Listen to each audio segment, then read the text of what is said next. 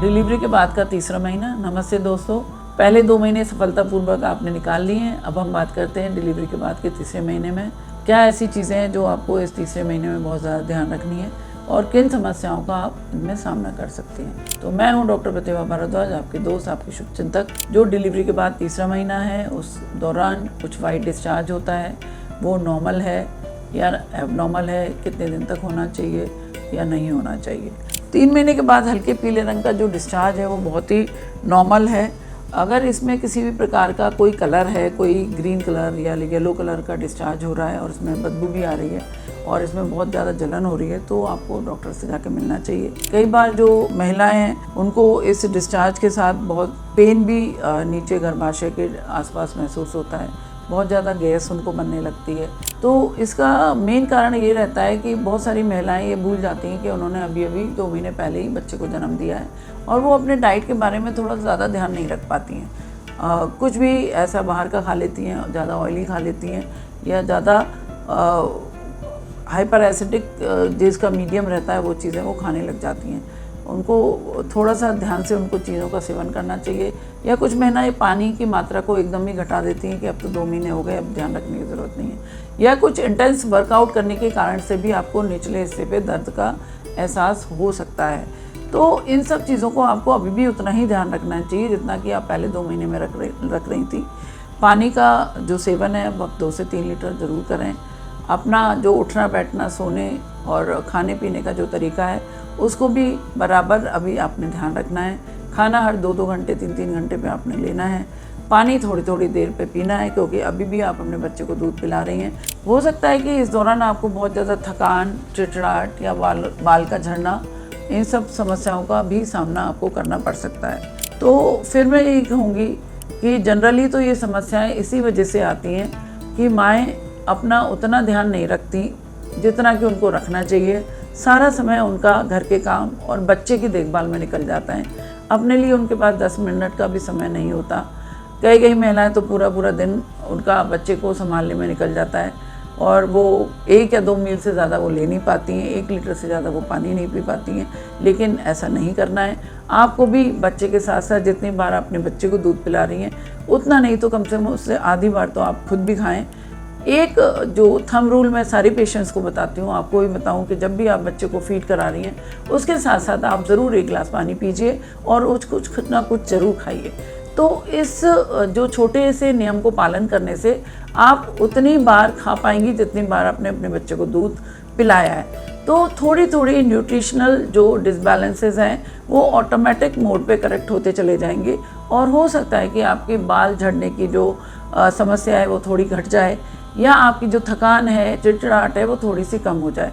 जैसे आपका बच्चा जब सोया हुआ है, आप भी कोशिश करें कि आप भी उस वक्त सो जाएं और जिससे कि आपके शरीर को थोड़ा रेस्ट मिले। कैल्शियम, आयरन, मल्टीविटामिन जो आपके डॉक्टर ने डिलीवरी के बाद आपको बताए हैं, तो प्लीज़ उसको कम से कम डिलीवरी के बाद 6 महीने तक जारी ज़रूर रखें क्योंकि 6 महीने तक आप अपने बेबी को फीड करा रही हैं। उस दौरान आपके शरीर से कैल्शियम और आयरन की मात्रा लूज़ होती जा रही है जिसकी वजह से आपकी त्वचा थोड़ा रंगहीन हो रही है और आपके बाल भी गिर रहे हैं ज़्यादा। बालों के झड़ने को रोकने के लिए आप अच्छी डाइट का इस्तेमाल करें। कैल्शियम, मल्टीविटामिन्स का इस्तेमाल करें, विटामिन ई। बालों को अच्छे मोटी कंघी से काढ़ें, ज़्यादा बारीक कंघी से ना काढ़ें। बालों को हल्का सा चोटी बना कर रखें, बालों को खुला ज़्यादा ना छोड़ें। थोड़ा नियमित रूप से ऑयलिंग करें, बालों को अच्छे से शैम्पू करें। दिन में 1 बार ज़रूर बालों को कंघी से काढ़ें। सोते वक्त भी कोशिश करें कि बालों को हल्का सा जूड़ा बनाकर या चोटी बनाकर उनको बांध के सोएं। खुले बालों से ना सोएं, उससे बाल ज़्यादा झड़ते हैं। इन सब छोटे टिप्स को करने से कई बार बाल झड़ने की जो समस्या है ऑटोमेटिकली थोड़ी सी कम हो जाती है। कैल्शियम, आयरन की जो सेवन है वो करते रहें। पानी की मात्रा का ध्यान रखें। खाने को थोड़ा करके खाते रहें तो बाल झड़ने की समस्या आपकी ठीक हो जाएगी। ये सब करने के बावजूद भी आपके अगर बाल नहीं झड़ने रुक रहे हैं, आपकी थकान नहीं कम हो रही है, आपके हाथ पैरों की सूजन नहीं घट रही है, तो 2-3 चीज़ें हैं जिनका आपको बहुत ज़्यादा ध्यान रखना है। आप अपने ब्लड प्रेशर को चेक करें। हो सकता है कि आपका पोस्टमार्टम बीपी आपका बढ़ रहा हो, पोस्टमार्टम आपका थायराइड यानी TSH की मात्रा आपको बढ़ रही हो सकता है इसकी दवाई आपको शुरू करनी पड़े। जिसकी शुरू करते ही हो सकता है कि बालों की झड़ने की समस्या, आपकी थकान, चिड़चिड़ाहट की समस्या आपकी ठीक हो जाए। लेकिन तनाव और गुस्से के साथ, चिड़चिड़ाहट के साथ अगर ये सारे सिम्टम अगर 2 हफ्ते से ऊपर हो गए हैं और आप बच्चे से जुड़ाव का एहसास नहीं कर पा रही हैं, आपको बहुत ज़्यादा चिड़चिड़ाहट हो रही है, आपको घबराहट हो रही है, आपको घर से भागने का मन कर रहा है, बच्चे को से आप दूरी बनाने लग रही हैं, तो तुरंत ही आप अपने डॉक्टर से जाके मिलें। इसको पोस्टमार्टम डिप्रेशन हम लोग कहते हैं। इस कंडीशन के दौरान आपको कुछ दवाइयों की ज़रूरत है और डॉक्टर की सलाह की भी ज़रूरत है। तो अगर आप ऐसा फील कर रही हैं तो तुरंत अपने डॉक्टर से परामर्श करें। पेट जो है कि कम होने का नाम ही नहीं ले रहा है, तो क्या करें? बहुत एक ऐसा सवाल है जो हर नई माँ के मन में आता है, जो सुंदर दिखना चाहती है और जो पहले से दिखने का जिसका हमेशा से मन रहता है। लेकिन शरीर के जो बदलाव हैं, देखो उनको बदलाव आने में 9 महीने लगे हैं, तो आपको 9 महीने का समय तो देना पड़ेगा ना उनको बैक टू नॉर्मल होने के लिए। तो पेट अगर 9 महीने में ये बड़ा है तो उसको 1 साल आप दीजिए। खाली वॉक करने से या आपको छोटी मोटी एक्सरसाइज करने से पेट कम नहीं होता। इसके लिए कोर स्ट्रेंथनिंग की ज़रूरत है, तो इसमें कोर एक्सरसाइज आप करें तो इससे पेट कम होने में काफ़ी हद तक मदद मिलती है। बच्चे को अपना नो फीड दें, इससे भी फैट जो रिड्यूस होता है और पेट कम होने में मदद मिलती है। सीजरियन वाले जो भी मरीज़ हैं उनको कोर स्ट्रेंथनिंग एक्सरसाइज थोड़ा सा लेट शुरू करनी चाहिए, क्योंकि उसके जो टाँके हैं उनको भरने में 3 से 6 महीने थोड़ा सा लग जाते हैं। पेट का जो टाँका है थोड़ा कमज़ोर रहता है, तो 3 महीने के बाद ही मैं रिकमेंड करती हूँ कि वो कोई भी पेट से रिलेटेड एक्सरसाइज का शुरुआत करें।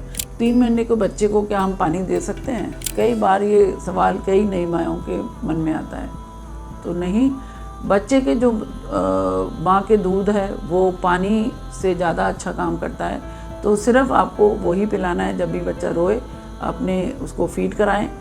बच्चा रात में भी अगर बार बार उठता है तो ये बहुत नॉर्मल है।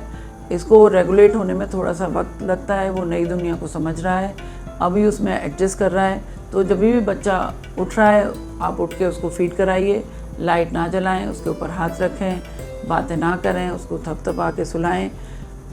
ये सब करने से बच्चा दोबारा सो जाता है। कोई भी आपको बोले कि आप पानी पिलाओ, रात में उसको बॉटल से दूध पिलाओ, तो सीधे आप एक ही जवाब आपको देना है कि डॉक्टर ने मना किया है। क्योंकि शुरुआत में अगर आप उसको पानी देते हैं, बॉटल से फीड देते हैं, तो उसको संक्रमित होने का बहुत बड़ा भय रहता है, जिसकी वजह से बच्चा कोई भी संक्रमण से ग्रसित हो जाता है। उसको बैक्टीरियल या कोई भी इन्फेक्शन लग सकता है, उसको वॉमिटिंग हो सकती है, लूज मोशन हो सकते हैं।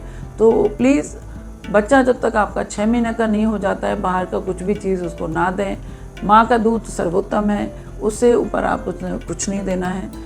रात में अगर वो उठ भी रहा है तभी भी आपने उसको फीड ही कराना है, इससे ज़्यादा आपको कुछ नहीं करना है। काम पे वापस जाना है तो क्या माएँ ये पूछती हैं कि मैम क्या हम अपने दूध को स्टोर करके रख सकते हैं, जो कि हमारी एब्सेंस में पिलाया जा सकता है? जी हाँ, बिल्कुल आप स्टोर कर सकते हैं। नॉर्मल टेम्परेचर पे आप 2 से 3 घंटे तक स्टोर करके रख सकते हैं। फ्रिज में आप उसको 24 घंटे तक आप इसको स्टोर करके रख सकते हैं, जिससे कि आप जब घर में नहीं हैं तो बच्चे को आपका दूध मिल सके और उसको टॉप फीड पे ना जाना पड़े।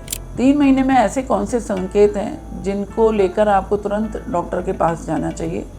माँ के लिए, अगर आपको बहुत ज़्यादा ब्लीडिंग हो रही है और वो 24 घंटे से ज़्यादा हो चुके हैं, आपको तेज़ बुखार है और 24 घंटे से ज़्यादा गुजर गए हैं, बुखार ठीक नहीं हो रहा है, टाँकों में बहुत ज़्यादा सूजन है और दर्द बहुत ज़्यादा है, तो भी आपको डॉक्टर के पास जाना ही। टाँके अगर ऐसा एहसास हो रहा है कि टूट गए हैं, उनमें कोई गैपिंग हो गई है, तो भी आपको तुरंत डॉक्टर के पास जाना है। बाल अगर बहुत ज़्यादा झड़ रहे हैं, त्वचा बहुत ज़्यादा सूखी महसूस हो रही है और सारे आप नॉर्मल जो हाउस होल्ड आपने रेमेडीज़ कर ली हैं उसके बावजूद भी वो कंट्रोल में नहीं आ रहे हैं, तो तुरंत आपको डॉक्टर के पास जाना है। पोस्टमार्टम डिप्रेशन का एहसास अगर आपको हो रहा है, जैसे बच्चे से जुड़ाव का ना होना, बहुत ज़्यादा उदासी का होना, मन का बहुत ज़्यादा चिड़चिड़ाना, उस कंडीशन में भी आपको डॉक्टर के पास तुरंत ही जाके मिलना चाहिए। कौन सी ऐसी चीज़ें हैं जिनको लेके आपको चिंतित होना है और तुरंत डॉक्टर के पास जाना है, जो कि आपके बच्चे से जुड़ी हुई हैं? जैसे बच्चा बहुत ज़्यादा देर तक रो रहा है, बच्चे के पेट में बहुत ज़्यादा दर्द है और वो बहुत ज़्यादा देर तक चुप नहीं हो रहा है, बच्चे को काफ़ी देर हो गई है लेटे हुए और वो सर नहीं उठा पा रहा है, बच्चा बहुत ज़्यादा देर तक फीड नहीं ले रहा है, सारी प्रयत्न करने के बाद भी बच्चा दूध नहीं पी पा रहा है और बच्चा रोता ही जा रहा है। बच्चा अगर आप कोई भी आवाज़ कर रही हैं तो वो कोई भी रिएक्शन नहीं कर रहा है, किसी भी तरीके का बच्चा 6 महीने से ऊपर है और वो कोई रिएक्शन नहीं दे रहा है, तो भी आपको डॉक्टर को दिखाना है। बच्चे की सांस अगर बहुत ज़्यादा तेज़ी से चल रही है, जो कि 60 और 120 से ऊपर है, तो आपको तुरंत अपने डॉक्टर से जाके ज़रूर मिलना है। बच्चा अगर मुस्कुरा नहीं रहा है और आपकी तरफ नहीं देख रहा है, इशारा करने पर भी अपने सर को नहीं घुमा रहा है, उस कंडीशंस में भी आपको तुरंत अपने बच्चों को डॉक्टर को दिखाना चाहिए। ये वीडियो आपको कैसे लगा कमेंट करके बताएं। कोई भी सवाल हो तो आप ज़रूर पूछें। जल्दी मिलती हूँ एक नई वीडियो के साथ।